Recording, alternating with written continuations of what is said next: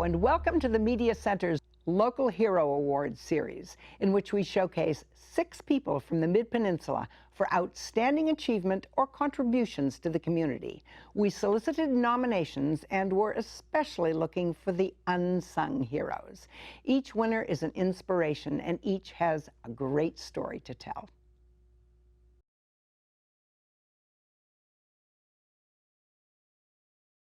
Sometimes racism, discrimination, inequality can be subtle, not easily detectable, which makes them all the more insidious, dangerous, and impossible to navigate.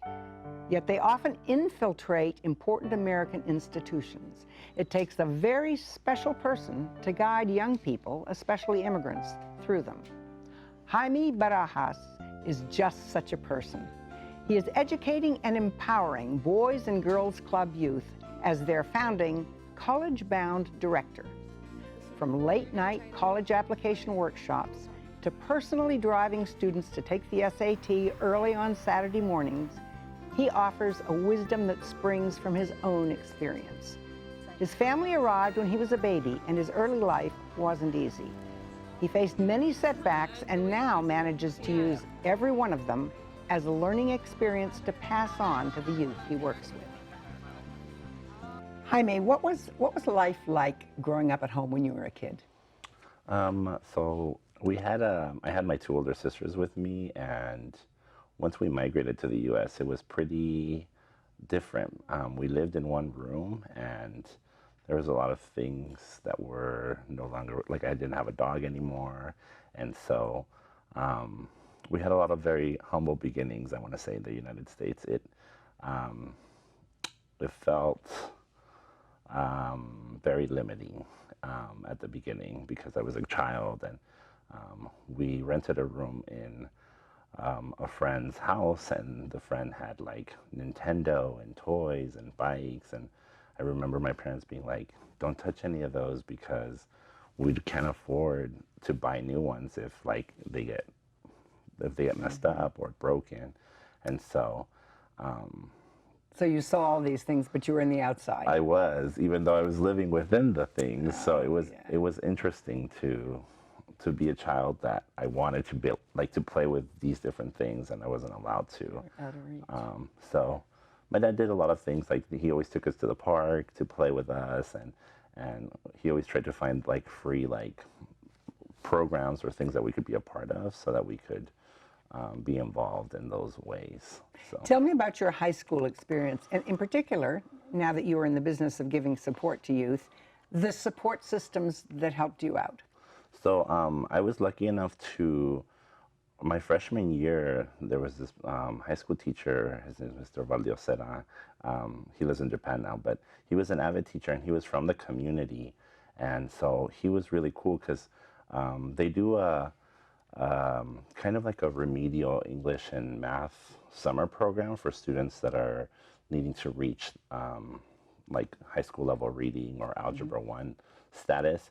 And what he did was he took some of our high performing students that were also low income, and he did a MESA engineering program for us. And so there was a group of 30 of us that we got to build and design a bridge that was a really unique experience. And from there, he opened us up to different opportunities. So we joined AVID as well as college track that were really pivotal in my high school success in terms of guiding me to college and scholarships and college access programs that I was a part of throughout high school. So how important were those assists and aids in what you're doing now? I think that they definitely taught me how to provide holistic support for students. Academics aren't just learn your algebra and you're going to be successful in the world.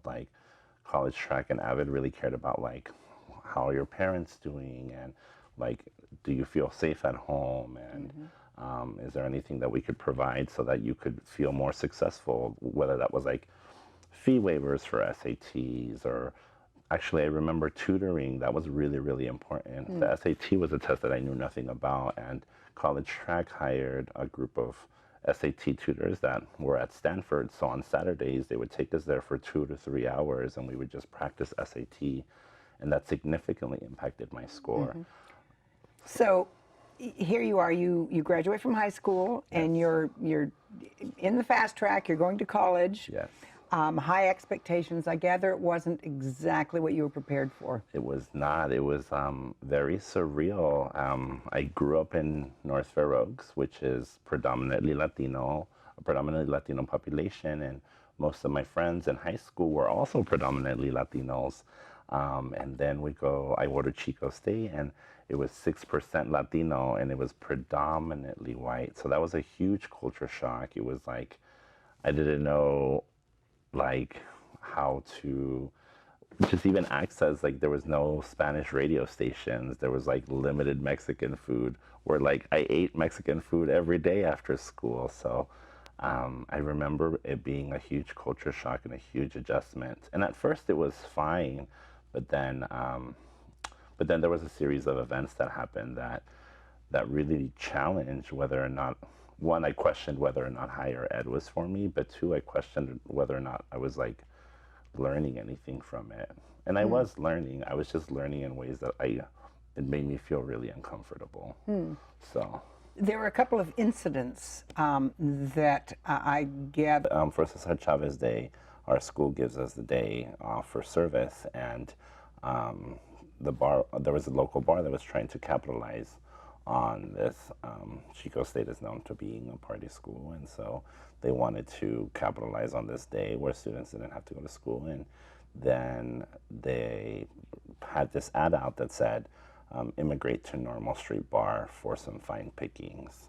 And so it depicted migrant farm workers in both a really rude and discriminatory fashion.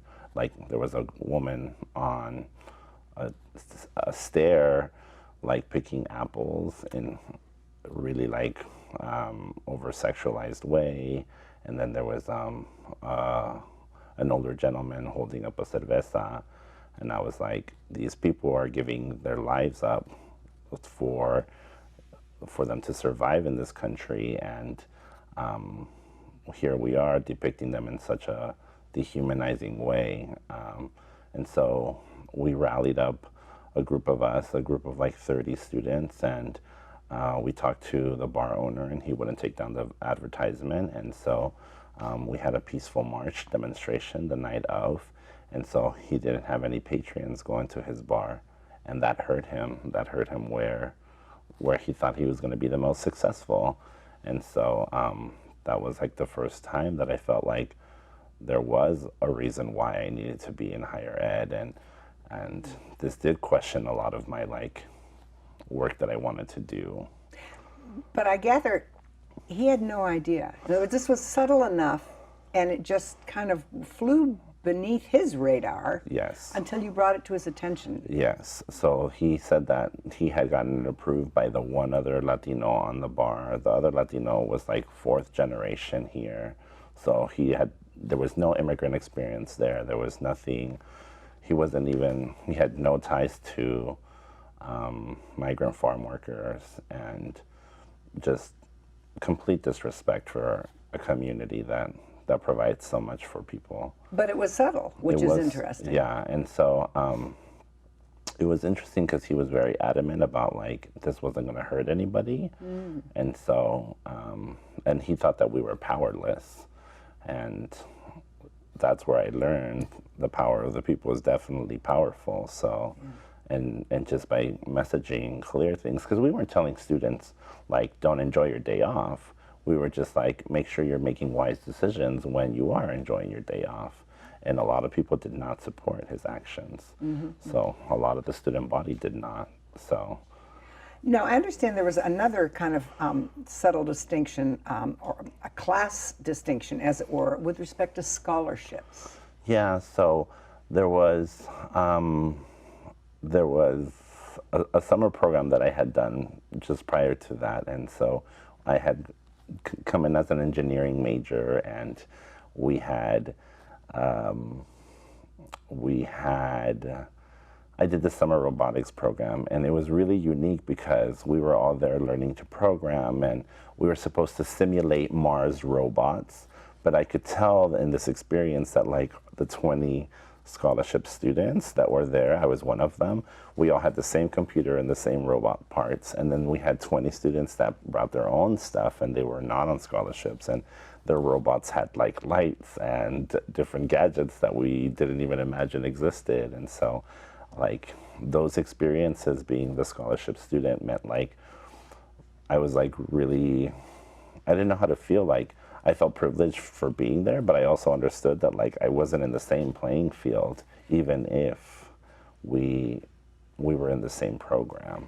It reminds me of that childhood story when you said you were right next to the toys, but you couldn't actually play with them. Yeah, exactly. And so I feel like that's been a lot of my my experience growing up. And some people feel really angry about that, but I felt like that really like I still had the opportunity to be there. I was still learning how to write Java and program a robot that simulated the Mars rover, and I was still accessing all this like oftentimes privileged information, right? Higher ed is a privileged information, so I was really grateful for the opportunity in retrospect. But you're not an engineer now. I'm not an engineer. And you had what you described, I love the phrase, as a heart change. What was that? So when I was at Chico, I decided that that incident helped me solidify that I wanted to do social justice work, and I wanted to provide like avenues of access to people who didn't have it. And so ironically enough, like I didn't realize this, but like my career, like when I came back that summer, I got a job with Upward Bound, which is a federal TRIO program that helps low-income students access higher education. And so their whole goal is to support high school teens to get to higher ed. And so every summer after that, I worked with TRIO, with Upward Bound, excuse me. And that was really fun. And I was like, we would go on field trips and we would do calculus, and we were just like providing these experiences that I think were pivotal in my decision making, that the college was what I was going to do. And although my parents always told us the importance of education, they couldn't take us to a college. Like they didn't have time. They were working. They didn't know how to navigate that. So fast forward to now. You, among your jobs, Yes. After graduating, you had quite a cushy job at Stanford. I did. A privileged job that you gave up to be where you are now. So yeah, so I was one of the student services coordinators for the Center of Comparative Studies in Race and Ethnicity, and it was an amazing job. I loved it. I studied ethnic studies, and I have my master's in ethnic studies, and I was doing academic advising, but I felt as though that the students who already made it to Stanford, like their lives have been changed forever. And so when the opportunity arose to be a college access manager, then I jumped on it because I was like, I want to help students get into schools like Stanford. And that's how you create a real difference. And then if you nurture those relationships, those students will come back to the communities and create real change. And so, as you're doing. As I'm trying to do, yeah. So I think that selfishly, this job gives me a lot of satisfaction, and I feel so good about the work that I'm doing. And it's really because I'm just like helping students navigate their own potential. What do they most need from you? Sometimes it's like a little bit of excitement. Sometimes it's just letting them know that it's okay to be afraid. Most of the time, they don't know how to communicate their feelings with parents, or their parents are like, we're not going to let my kid leave. And I just have to remind them, like I did with my parents, I was like, you left a country to start a new life. They're just continuing their studies. They're not leaving you forever. Well, so you've got an interesting role because these kids have most of the time parents. Yes. They have friends. They have teachers. Yes. Where do you fit in? So the after-school program that we run is really unique. It's oftentimes a place where students come if like their parents are working or they just want some leadership experience, and different students come for us for different things. And we're partners with the school, so we're always supplemental support. But it's always really nice when you have like a team of people working to support students. We just had our largest graduation this week, and we had so many principals and AVPs that came, and I was so excited because they see the work that these students are doing, and we're their cheerleaders. We are where they come and reflect on their life stories. We help them write their personal statements, and that's like pretty big. That's super significant. And how much growth do you see? Do you see changes? I do see changes because we start working with them at the end of their freshman year. And so some students, by the time you're a sophomore, you think you have everything figured out because you survived your first year of high school, but some of them are making very, very mature decisions about can they really afford this college? Are they really okay leaving 11 hours? Are they okay leaving across the country? Where their biggest concern their sophomore year was, could they afford Jordans or something silly like that? And now they're like, wow, I shouldn't have bought those Jordans because that's a flight to the East Coast. Yeah. And so, that's a good way of putting it. Yeah, so those are like the types of decisions that now you see them making, and they're very cognizant, like, oh, actually, like, I shouldn't go eat out, or like, I'm going to tell my mom that I'm going to work an extra shift now this weekend so that she doesn't have to worry about the gap. I want to go back and touch on some of your personal demons and challenges, because I gather that is very important when you're dealing with these kids going through something that's similar. Yeah. I don't think anybody would ever guess it to look at you, but you claim that at one time you had anger issues. Tell me about that. I did. I was very angry my freshman year. At the end of my freshman year of college, I just was really fed up with all the injustices I was seeing, and I was like, even though I had so much support to get to the college that I was at, while I was in college, I was like, there's so many limited like people of color here, and that shouldn't be the case. Higher education should be so much more diverse than it is now. And I felt like that anger led me to, there was one sociology African American professor, and I remember at the end of my freshman year, I went to her and I cried to her about how I wanted to drop out, and I was just so like fed up with how white this institution was, how racist it was. And she was like, there's already so few brown faces here.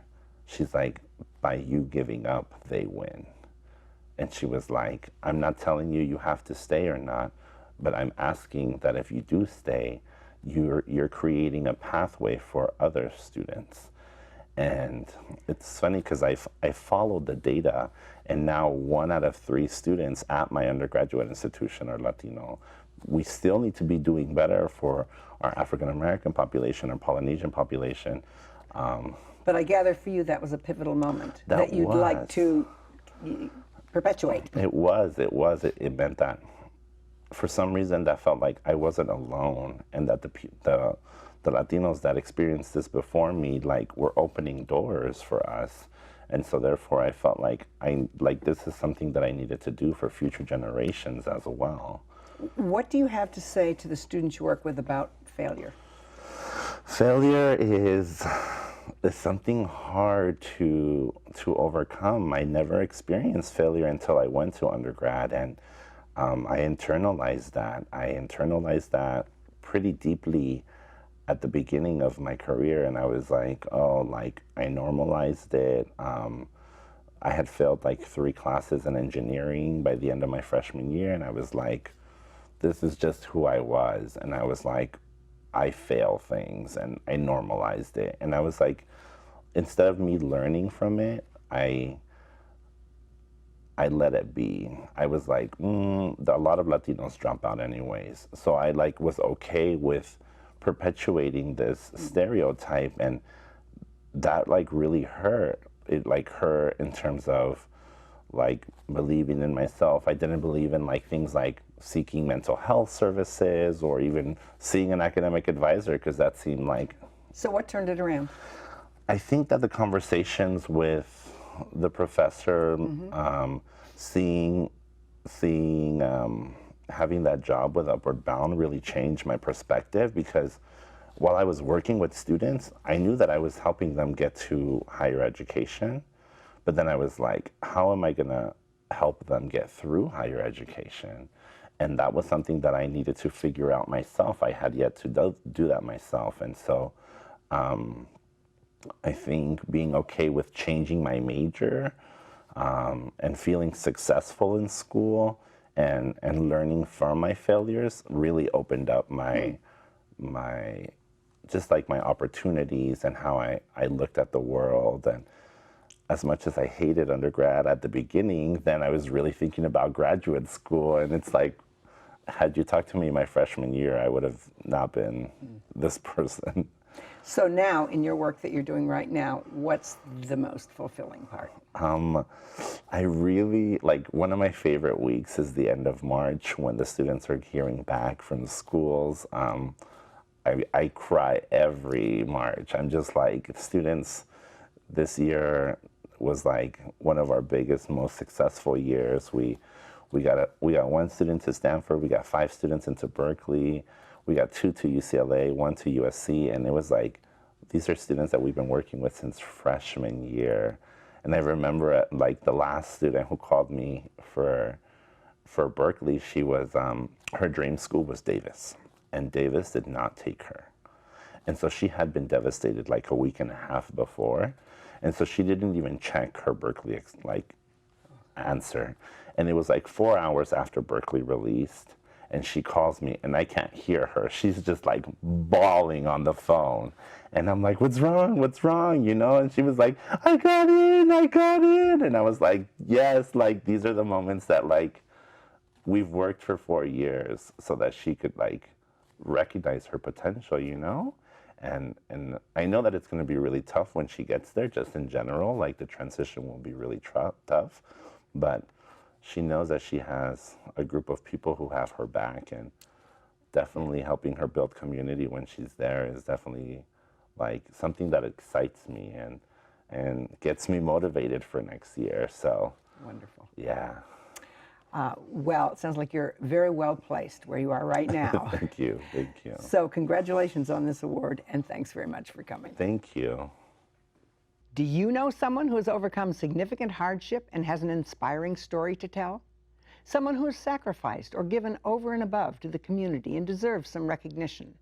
If so, please contact us with your nomination for next year's Local Hero Awards.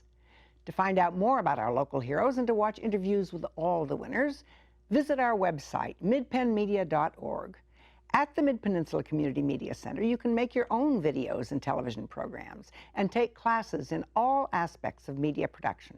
You can also hire our professional services team. To find out more about that, go to mcproservices.com. Congratulations to all our winners, and thank you for watching.